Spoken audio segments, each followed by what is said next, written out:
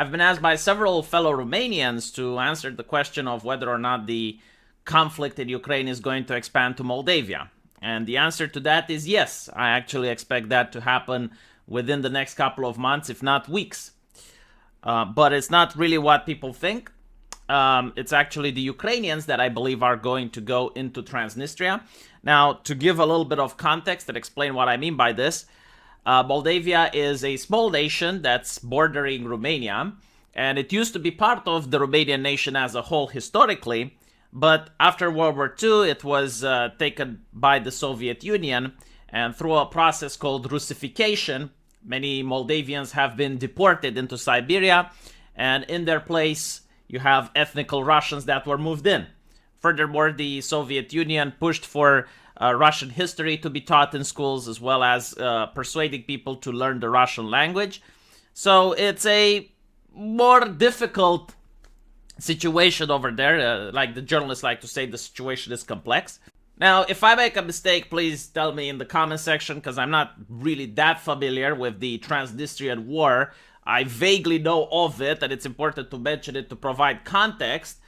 But in 1990, after the Russian troops allegedly pulled out from Moldavia, there was a splinter group that remained. There was a part of the Russian army division which decided to stay. The Russian government claimed that they lost control over that group and they just splintered away, but unofficially most people know that they were ordered to remain there and they fought in the Transnistrian War, which, legally speaking, Transnistria is part of Moldavia, but de facto they do not have control over Transnistria. In fact, there are certain villages and certain people that have to pay taxes both to the Moldavian government and to the Transnistrian administration, which, again, it's more like a military occupation of this particular land. So why is this important now?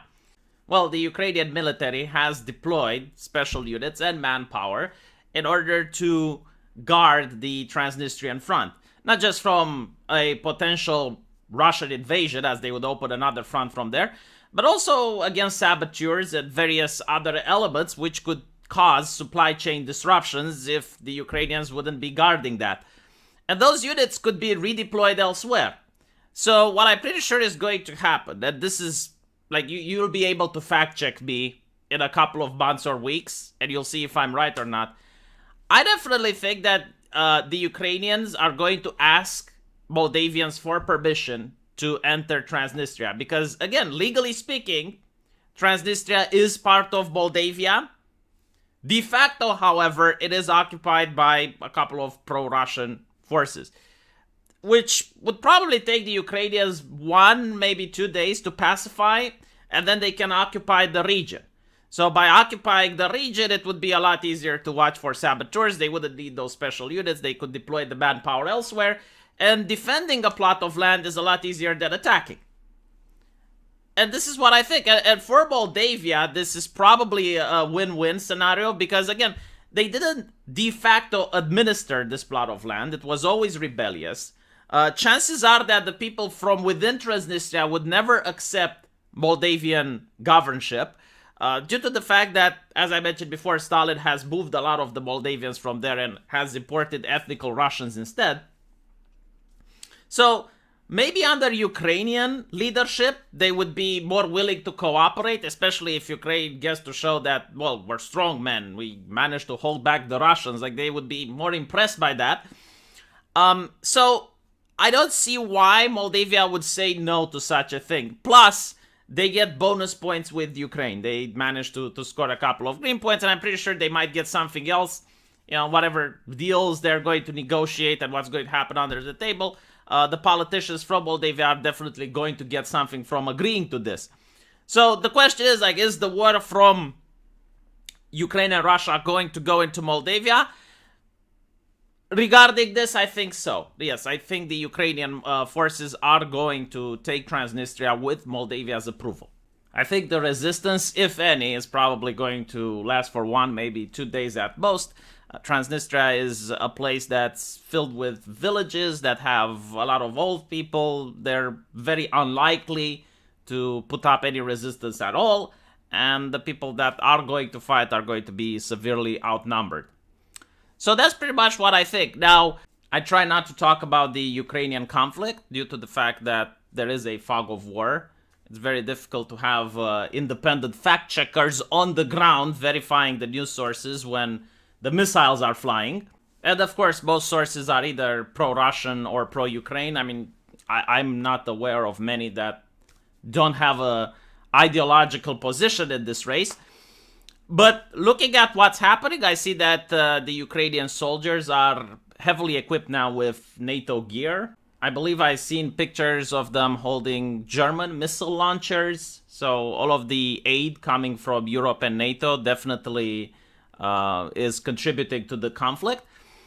And the Russians are now attacking Kramatorsk, which puts Ukraine in a very bad spot because that is a very important and strategic city, not just for Ukraine, but for the entire Europe, as there exists a significantly large amount of gas and oil supply under Kramatorsk, as well as nuclear material. So if Europe wants to even pretend to have some energy independence from Russia, it's vital that Ukrainian actually manages to hold the city. So if the Russian army would take it and then entrench themselves there, and you'd have a peace treaty where Kramatorsk becomes part of Russia, it would be very bad for Europe, especially its energy independence. So that's how the conflict is going right now, from my personal assessment. It's difficult to say how long it will last. It's also difficult to predict any outcome, when there's going to be a peace treaty, if there's going to be a peace treaty, how much territory, if any, is Russia going to hold, how much independence is Ukraine going to be allowed to have. What I do know, and I'll probably make a different video about this, is that there is talks, both in the Polish press as well as in the Romanian press, of a potential Polish-Ukrainian alliance, in the way that they're going to have an economic agreement. They are going to start a commonwealth, which historically has existed in the past. And if this would happen, it would be very concerning for Germany, because you would have a powerful new state being built in Eastern Europe that would have the capacity to rival Germany's economy. Ukraine has a lot of resources, a lot of fertile land, and the Poles have a lot of people that are willing to work and create business there. So it would be a mutual understanding. Probably this is why the United Kingdom is also very interested in the current conflict. I see that Sargon with the Lotus Eaters never touch upon this. But it is a matter of international strategy. The ability of the UK to bypass Germany as a trading partner and then start making deals with Poland and Ukraine. So there's a lot of things going on here.